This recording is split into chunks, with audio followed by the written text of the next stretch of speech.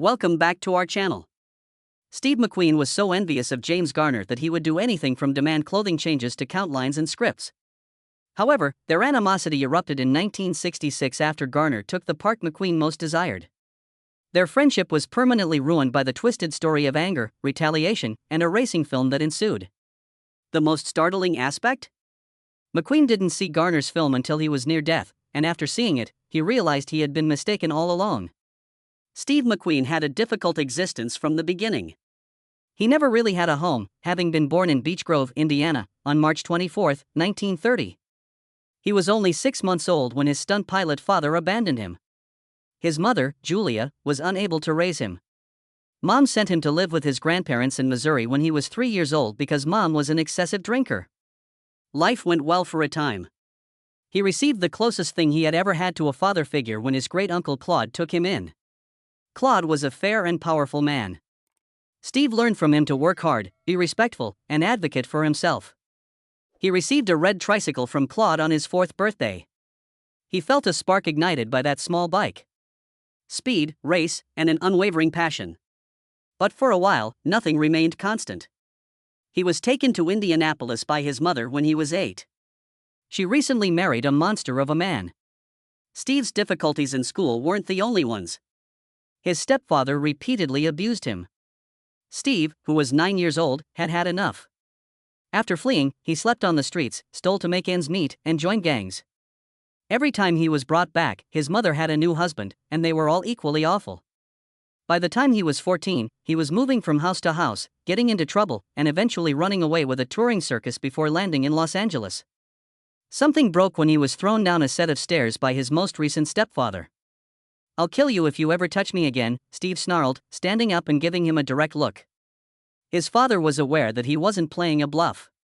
Julia was persuaded to get rid of him by him. Steve was sent to a reform school for problematic youth, the California Junior Boys Republic, when he was 14 years old. He struggled against it at first. But there were regulations, something he had never experienced before. Get in order. Self-control. Despite his resistance, he began to alter with time. He gained the other lads' esteem and was even elected to the council that oversaw operations. That location shaped him. It was something he never forgot, even when he became famous. He frequently paid the boys a visit, gave them money, and reassured them that they still had a shot regardless of their background. However, he continued to rebel. He moved to New York when he was 16 to attempt living with his mother once more. It failed. He worked as an oil rig worker in Texas, a lumberjack in Canada, and even a towel boy in a Dominican Republic brothel. After being arrested for vagrancy in the South, he was a member of a chain gang for 30 days. It served as a wake-up call. He could see his life's path. He had to leave. He made a choice at the age of 17. He became a member of the U.S. Marines. His rebellious nature did not go away quickly. He was demoted 7 times, went missing, and was placed in solitary confinement. But a change occurred. One tank plunged into freezing water while training in the Arctic. Steve leapt in without hesitation and dragged 5 Marines to safety. He rose to fame.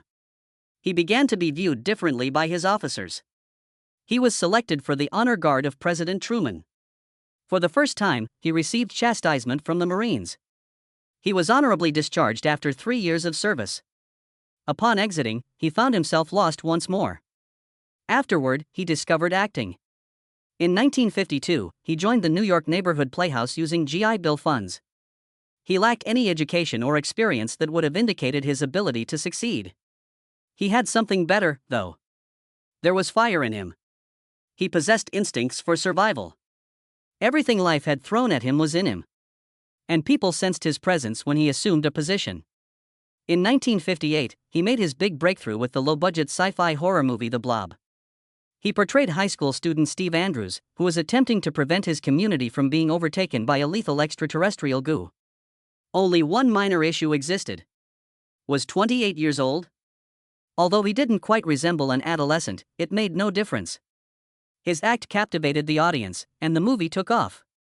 The Blob was never intended to be a hit, yet it made $4 million at the box office after being shot for only $110,000 to $240,000. But McQueen didn't profit from it. Despite being offered a profit-sharing arrangement, he declined in favor of a flat fee. Paycheck of $3,000. He believed that the movie would fail. That didn't happen.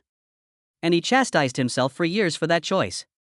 Ultimately, however, The Blob accomplished something much more significant. It made him known. A major figure in Hollywood and one of the pioneers of four-star television, Dick Powell, recognized something unique in him. In the Western series Track Down, Powell gave him a chance to play McQueen's character, Josh Randall, a bounty hunter. He was adored by the crowd. He convinced producers he could run his own show with only that one episode. Wanted, Dead or Alive was born because of this. It became a household name for McQueen and ran from 1958 until 1961.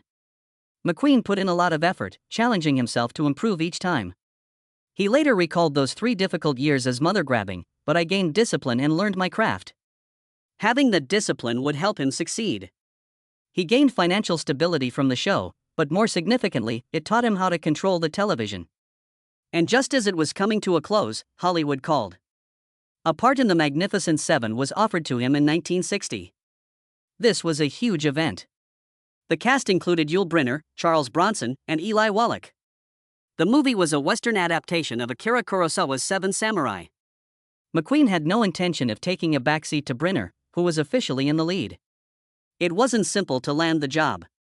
His contract with Wanted, Dead or Alive remained in effect. He therefore staged an automobile accident. He put on a neck brace, said he needed time off, and all of a sudden he was allowed to film. He began performing antics on set to ensure that the audience's McQueen was in the background, shaking shotgun shells, loading his rifle, or fixing his headgear. Anything that makes a statement. Brynner saw through it all. During their scenes, he even employed a helper to keep track of how many times McQueen touched his cap. Despite his anger, McQueen showed no concern. The Magnificent Seven was a huge sensation when it debuted in theaters on October 12, 1960. More than $2 million was made. Which at the time was a lot. The movie itself was later included in the U.S. National Film Registry, and Elmer Bernstein's score became legendary. James Garner, however, was born James Scott Bumgarner in Norman, Oklahoma, on April 7, 1928. From the beginning, his childhood was difficult. His mother, Mildred, passed away at the age of 4 due to complications following a botched abortion. James and his 2 elder brothers, Jack and Charles, were then left under the supervision of their father, Weldon Bill Bumgarner. Bill, however, faced his own challenges. His drinking was excessive, and he wasn't the type of man who could raise 3 boys by himself. When Bill remarried, things became worse. Wilma was his new wife, and she was violent. Using anything she could find, she beat the boys. This caused James such humiliation that the wounds were much more severe than the bruises. She made him wear clothes solely to make him feel embarrassed, he disclosed in his memoirs, The Garner Files. He did not forget it. He didn't forgive it. Wilma was eventually divorced by his father when he was 14 years old. But the harm had already done. Since there was no one else to save him, James had learned to rely on himself. His time at school was short. He dropped out when he was 16 and began taking up odd jobs to make ends meet. Due to his constant financial difficulties, he frequently moved between relatives' houses and never stayed in one location for very long. He was rough, though, from those years. He was impatient with authority figures, intolerant of imposters, and uninterested in following the rules. His entire life will be characterized by that mindset. In search of escape, he enlisted in the Merchant Marines. He initially believed it to be a ticket to something better, but he quickly realized his error. Because of the persistent seasickness, he detested his job. So he gave up and returned to Oklahoma. Shortly thereafter, he joined the Oklahoma National Guard. Additionally, when the Korean War started in 1950, he was the first Oklahoman to be drafted into the U.S. Army. The war was cruel. James almost died while in Korea for 14 months. Despite suffering 2 wounds, he was awarded 2 Purple Hearts. He returned home an altered man after the war. He'd witnessed too much. He was aware of what was and wasn't important. He was also not going to waste time chasing meaningless goals. There was no plan to act. It happened in a way. He should try it, according to a friend who was a talent agent. Although James wasn't persuaded, he reasoned that he had nothing to lose. He secured a non-speaking position as a judge in the Caine Mutiny Court-Martial, a Broadway production, in 1954. Despite not being glamorous, it ended up being a transformative event. The play's star, Henry Fonda, was the one who taught the true lesson. Fonda's casual, organic manner was something James always appreciated. His own method was influenced by Fonda, which he later referred to as his particular acting school. It was subtle, authentic, and never over the top. James ventured into television advertisements after his Broadway run, which resulted in a 1956 Warner Brothers deal. It was a start, but not much at $175 a week. Although his early parts were modest, he starred in movies like The Girl He Left Behind and Toward the Unknown. They provided him with invaluable on-set experience. James, in contrast to many other aspiring performers, never thought of Hollywood as a utopia. He saw it as only a job, a means of making ends meet. His no-nonsense demeanor distinguished him in a field crowded with individuals vying for attention. Ironically, it was precisely same mentality that would propel him to fame. When Warner Brothers decided to take a chance on him for the lead in Maverick in 1957, everything changed. In an era full of cowboy tales, it initially appeared to be just another Western, a cheap and easy program. James, though, brought something new. He played Brett Maverick, who wasn't your average gunman. He employed cunning rather than violence as a gambler and scam artist. He was endearing, humorous, and always one step ahead of the competition. It was adored by audiences. The Ed Sullivan Show was occasionally outperformed by Maverick, which became a huge smash.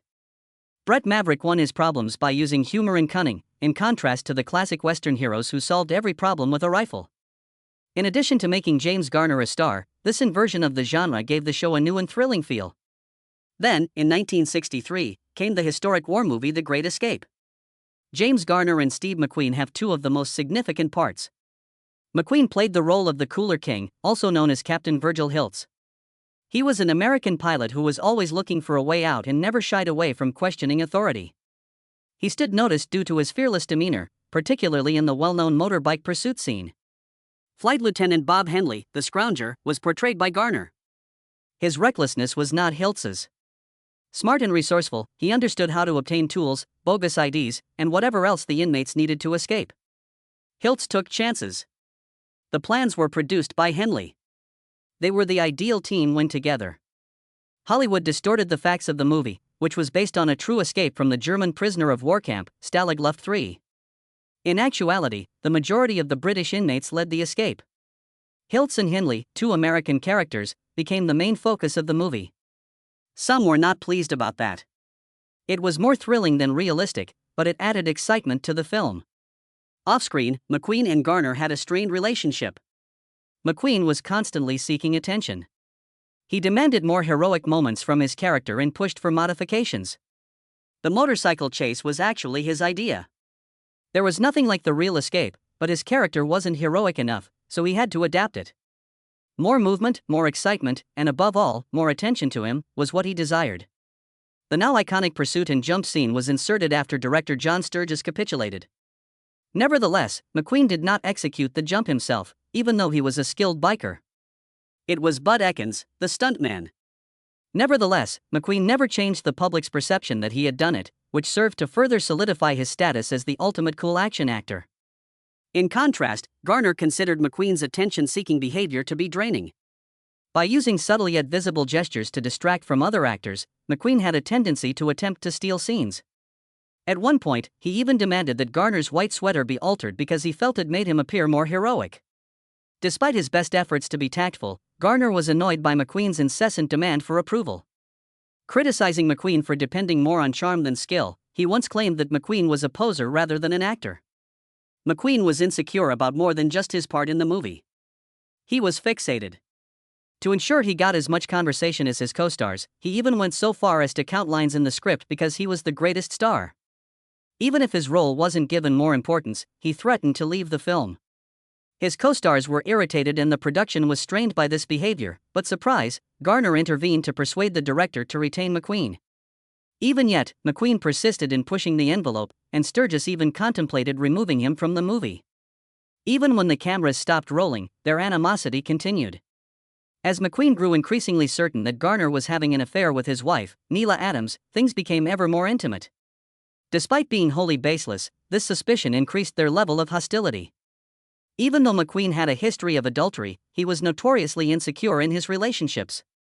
He once held a gun to Neela's head and coerced her into confessing to cheating in a horrific event. Garner, on the other hand, was faithful to his wife, Lois Clark, and had never cheated. However, McQueen couldn't ignore the thought due to jealousy. Garner never mentioned McQueen with overt animosity, in spite of everything. He did not perceive him as genuinely hostile, but rather as insecure. Even in situations where there was no genuine competition, McQueen had to repeatedly establish himself despite his talent and star power. Despite the conflicts, they contributed to the classic status of The Great Escape. When it debuted in theaters in 1963, it immediately became popular. It remains one of the best war movies ever filmed, even after several decades. But James Garner and Steve McQueen's animosity didn't stop there. It was the Grand Prix in 1966. The goal of the movie was to depict the fast-paced, high-stress world of Formula One racing. Naturally, the starring character of Pete Aaron attracted the attention of famous racing aficionado Steve McQueen. However, everything was ruined by a backstage altercation before anything could proceed. In an encounter with producer Edward Lewis, McQueen lost his temper. Soon after, the two butted heads. Additionally, McQueen left the project because he was dissatisfied and reluctant to make concessions. Some claim that he didn't want to be bound by someone else's idea and had already considered creating his own racing film. In any case, he was gone. Director John Frankenheimer needed to act quickly. At that point, James Garner came into play. Although he wasn't as well known for his passion for racing as McQueen was, Garner was a successful leader. With that, he was cast in the part. The tension was set the instant McQueen learned. To personally deliver the news, Garner gave McQueen a call. A long, uncomfortable pause was McQueen's response, which was followed with an artificial congrats. Then, for a year, McQueen did not speak to him. Garner, however, began training with renowned driver Bob Bondurant right away. He picked it up quickly, much to the amazement of everyone. After 150 miles per hour, Garner remained calm while other actors were anxious. He even performed his own driving tricks, featuring Brands Hatch's hazardous fire scene. He could have competed professionally, real racers acknowledged by the end of the film. That didn't sit well with McQueen. Being the one who introduced Formula One on the big screen was his dream. He had to first watch Garner do it instead. He invested heavily on his own racing movie, Le Mans, at that point. McQueen insisted on filming during a real Le Mans race that lasted 24 hours. Committed to capturing realistic speed, genuine danger, and sheer genuineness. However, this dedication has a price. The budget became completely out of control. A proper script was absent. Midway through, John Sturgis, the director, resigned because he was annoyed by McQueen's meticulousness. And then it worsened. Lemons was a failure when it was finally released. Critics referred to it as lifeless. The story was missing, but the racing video was appreciated. McQueen had aspired to surpass Grand Prix in performance. Rather, he was almost destroyed by his film. Grand Prix, on the other hand, became a classic. 3 Oscars were won by it. Real Formula One luminaries like Juan Manuel Fangio and Graham Hill were among them. More significantly, it gained the racing community's esteem.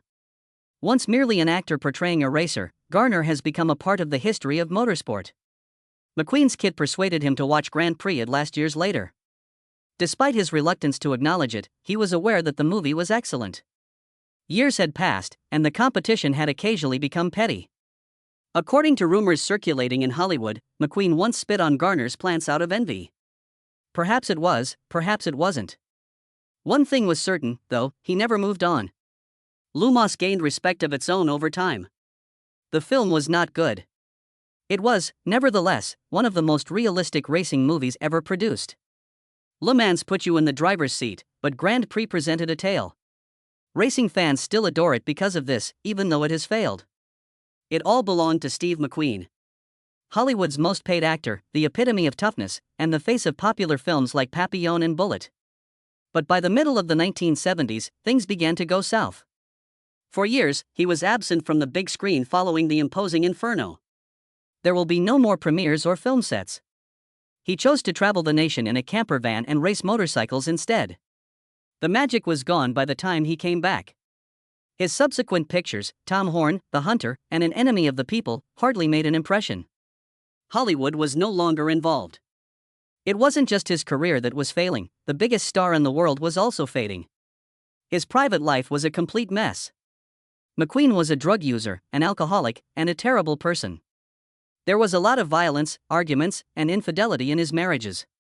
The horrifying truth of his connection with his first wife, Neely Adams, was later made public. In his darkest moments, he would put a loaded gun to her head and be nasty and domineering. The identical nightmare was experienced by Ollie McGraw, his second wife, an actress. Despite his triumph, McQueen was unable to shake the demons that were after him. Next came the illness. He had a persistent cough in 1978. He initially believed it was solely caused by smoking, so he stopped. The cough, however, persisted. Antibiotics were of no use. By the end of 1979, he received the news from doctors. A rare and dangerous cancer is mesothelioma. No remedy was available. He thought it was from exposure to asbestos while serving in the Marines and on movie sets in Hollywood. No matter where it came from, he was going to die. In search of a miracle, McQueen resorted to complementary and alternative medicine. He went to Mexico and spent a fortune on strange therapies, spending over $40,000 a month, or almost $150,000 in today's currency. Raw animal organs, coffee enemas, and live cell injections from sheep and cattle. You'll do anything when you're pressed for time, even if it all sounds crazy. He traveled to Juarez, Mexico for surgery to remove large tumors from his body in November 1980. The operation was a complete failure. After a few hours, his heart stopped. He vanished in an instant. He was barely 50. There was never a clean or tranquil life for Steve McQueen. Never easy. In the end, he battled for his life after battling Hollywood and his personal issues. He was a legend, nevertheless, even after he passed away. No matter how much Hollywood evolved, James Garner remained one of the few actors who never lost their charm. He continued to play parts that won him admirers over, even in his latter years. In Murphy's Romance, 1985, he played a generous widower alongside Sally Field, one of his most memorable roles. He excelled at the character, which was warm, endearing, and full of subdued power. The movie made $30 million, and he received his first and only Oscar nomination for his outstanding performance. That film served as a reminder of the reasons why he had always struck a chord. He then assumed another position in 2004 that had a significant influence. His role in The Notebook was that of an older Noah Calhoun, a loving husband caring for his wife while she suffered from dementia and lost her memory. One of the most poignant parts of the film was Garner's performance, which helped it become a sensation and earn $117 million. Despite his limited screen time, every scene he appeared in was significant. He even received a nomination from the Screen Actors Guild for it. He was still able to affect audiences in a manner that few performers could, even after decades in the business. Garner was more than just a superb actor, though. He was a person who defended moral principles. He stood up to major studios when they attempted to defraud him, something that was nearly unheard of at the time. Using a writer's strike as a pretext, Warner Brothers attempted to fire him from Maverick in the 1960s. He won the case, though, because he knew they had other projects he could have worked on. It was quite significant. Then, in the 1980s, he confronted Universal Studios about the Rockford documents. In order to avoid having to pay him what he was due, he accused them of lying about the show's revenue. After battling them for 6 years, he settled the case for $16.5 million. Rumor had it that the sum was in his favor, but it was never disclosed to the public. More crucially, his fight revealed the ways in which studios cheated to keep actors from getting paid, making it possible for others to retaliate. But he suffered from years of performing his own stunts. By the late 1980s, he was experiencing severe back and knee issues. He had quintuple bypass surgery in 1988, but he continued to act. He subsequently required several knee replacements. He also experienced a serious stroke in 2008. He maintained his politeness and sense of humor despite everything. He also battled depression behind the scenes, which not many people were aware of, but he never let it to define him. He was always respectable, always professional, and always someone that people looked up to. He eventually made the decision to permanently stop acting in 2010. He then died on July 19, 2014, at the age of 86. That was hardly the only actor Hollywood lost that day. A guy who had dedicated his life to advocating for others and himself was lost. He not only left behind outstanding performances but also a legacy of courage, justice, and unwavering silent heroism.